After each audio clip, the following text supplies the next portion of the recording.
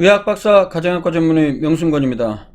네, 명순권TV. 오늘은 암예방과 조기검진 두 번째 암, 위암에 이어서 폐암에 대해서 알아보겠습니다. 폐는 구조가 이렇게 생겼죠. 오른쪽 폐는 3개로 되어 있고요. 왼쪽 폐는 2개로 되어 있습니다. 폐암은 한국인의 암 4위를 차지하고 있습니다. 남자에서는 2위, 여자에서는 5위입니다. 사망률로 따졌을 때는 1위입니다. 가장 사망하는 사람들이 가장 많다는 겁니다. 폐암 환자의 5년 생존율 얼마나 되냐? 28.2%.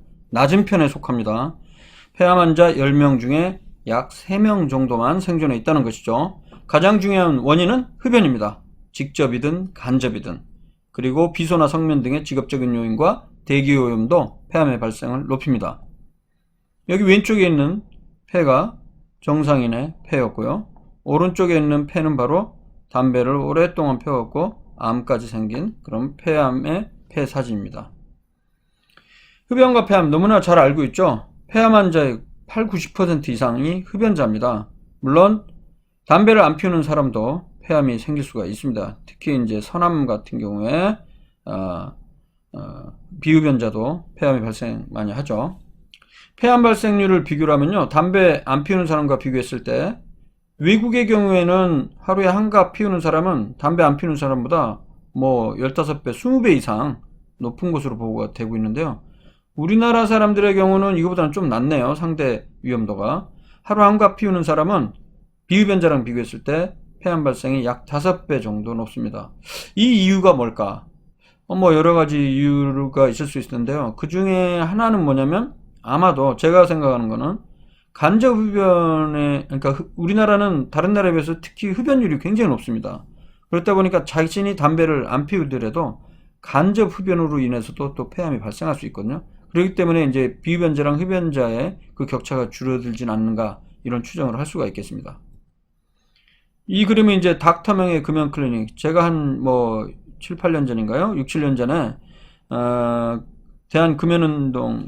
금연운동협의회에서 이사를 하고, 지금도 이사를 하고 있는데, 그때 무가지 금연과 건강이라는 금연운동협회에서 발행하는 월간지를 발행을 했습니다. 그 월간지를 만들면서 제가 좀 밋밋하니까 만화를 좀 집어넣어야 되겠다 생각을 해서 이렇게 만화를 그렸습니다. 제가 직접 그린 거고요. 제가 어렸을 때부터 뭐 그림 그리는 거에 관심 있고 만화가 또 꿈이기도 했었거든요. 그래서 제가 이 내용도 만들고 그림도 만들어 봤습니다. 제가 주인공이죠. 여기에 이제 이 그림에서 핵심은 뭐냐면, 담배가 나쁜 이유는 바로 담배 연기 안에 4,000종 이상의 독성 화학물질이 있고 60종 이상, 뭐 70종까지도 보고가 되고 있는데요. 발암물질이 있다는 거죠. 대표적인 독성 물질은 암모니아, 그 다음에 아세톤, 그 다음에 이제 발암물질은 비소 같은 것도 있고요. 살충제 DDT도 있고, 네, 여러 가지 이런 독성 물질이 들어있습니다. 담배 피우지 말아야죠. 담배가 흡연하는 게 왜 해롭냐? 한마디로 하면 일단은 병을 유발하고 사망 위험성을 높이기 때문이죠. 어떤 병이냐? 암이나 심혈관 질환, 뇌혈관 질환, 호흡기 질환 발생시키고, 세계보건기구에서 뭐 10여 년 전에 전세계 흡연으로 인한 사망 2000년에는 490만 명이었는데 30년 후인 2030년에는 1000만 명이 사망할 거다 추산을 하고 있습니다. 우리나라의 경우도 흡연으로 인한 사망이 5만 명 이상입니다.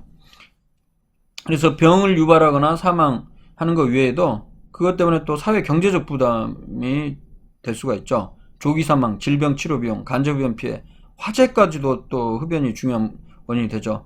저소득층 빈곤 악화, 외환 손실, 밀수 등 여러 가지 사회 경제적 부담이 되는데요. 뭐 여러 학자들이 담배, 흡연으로 인한 사회 경제적 부담이 어느 정도 되느냐, 사회 경제적 손실이 얼마나 되느냐 추정을 했는데요. 많게는 뭐 지금 조금 몇 년 된 자료이긴 합니다만 9조까지 추산을 합니다. 연세대 보건대학원 지선화 교수팀이 연구한 거에 의하면. 그리고 2015년 이전에는 담배 판매로 있는 국가의 연간 세수입이 약 7조 원 있으니까 득보다 실이 크다는 것이죠.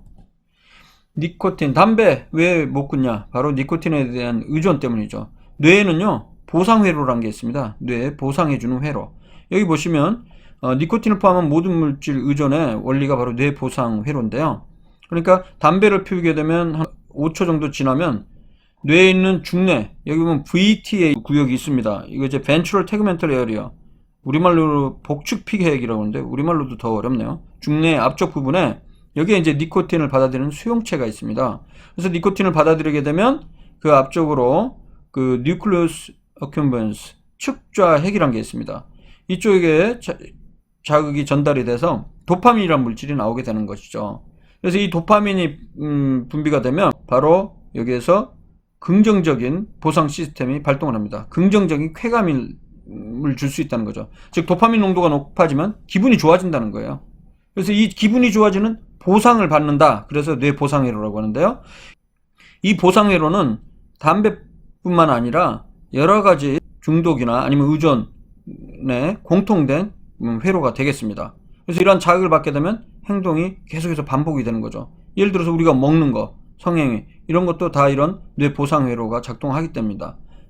그래서 이제 인위적인 거로는 바로 니코틴, 담배가 있고요. 이것뿐만 아니라 술, 그리고 마약인 코케인이나 필로폰 등도 이 뇌 보상 회로가 작동을 합니다. 그래서 이제 금연이 힘든 이유는 니코틴 금단과 의존인데요. 니코틴이 들어오다가 안 들어오는 경우에 나타나는 증상인 금단 증상이 생깁니다. 즉 니코틴에 대해서 신체적으로 의존 상태에 있다는 걸 의미하죠.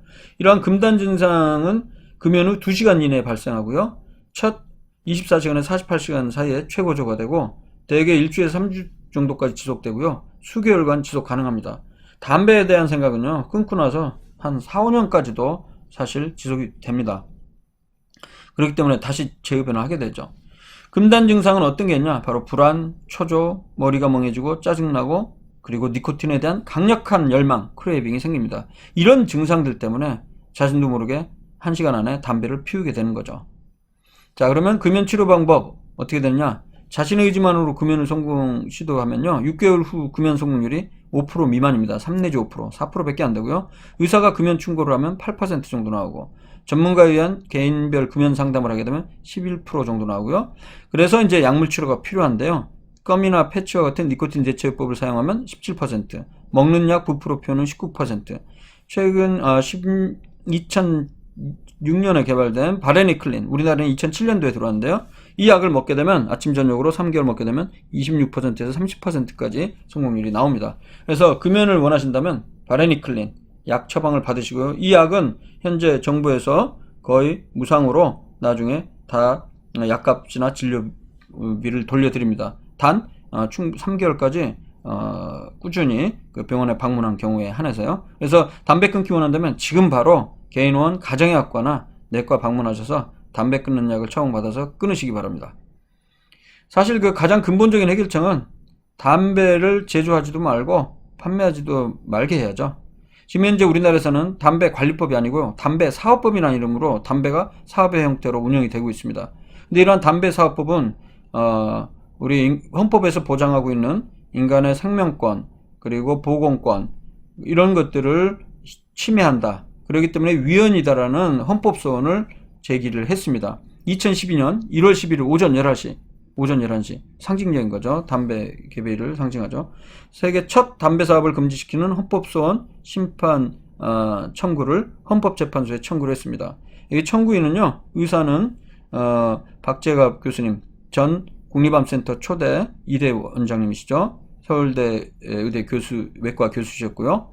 그리고 이제 그 다음에 이제 법률가는 이석연 변호사 전 법제처장 그리고 기타 폐암 환자와 일반인들 9명이 청구를 했습니다.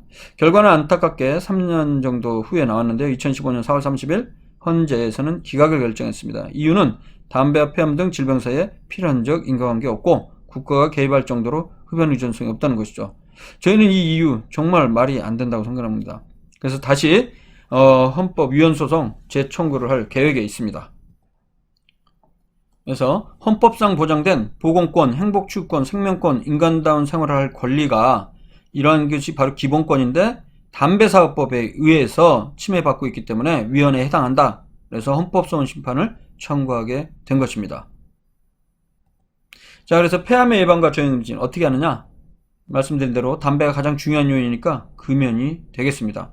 그리고 조기검진 방법은 국립암센터와 국가암검진 재개정위원회에서 55세에서 74세에 해당하는 30감년 이상의 흡연력 있는 사람을 이야기합니다. 여기서 30감년이란 건 뭐냐면요.